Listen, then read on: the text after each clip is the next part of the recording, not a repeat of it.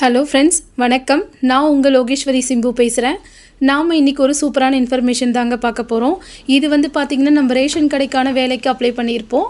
அதுக்கான இன்டர்வியூக்கான all ticket release பண்ணியிருக்காங்க.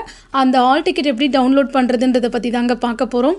இது பார்த்திங்கன்னா நீங்கள் கூகுள் க்ரோமில் போயிட்டு ration shop all ticket download அப்படின்னு போட்டுருங்க. இந்த மாதிரி ஒரு பேஜ் உங்களுக்கு ஓப்பன் ஆகும்.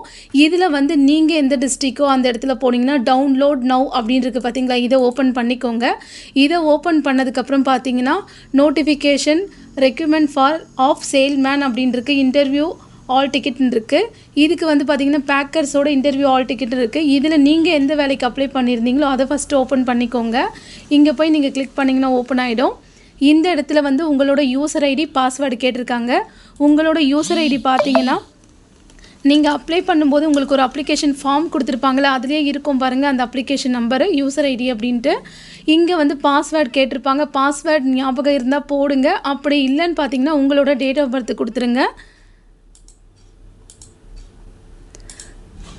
நீங்கள் 10th மார்க் ஷீட்டில் என்ன டேட் ஆஃப் பர்த் கொடுத்துருக்கீங்களோ அதை தான் நீங்கள் அங்கே கொடுத்துருப்பீங்க. ஸோ அதை கரெக்டாக கொடுத்துக்கோங்க.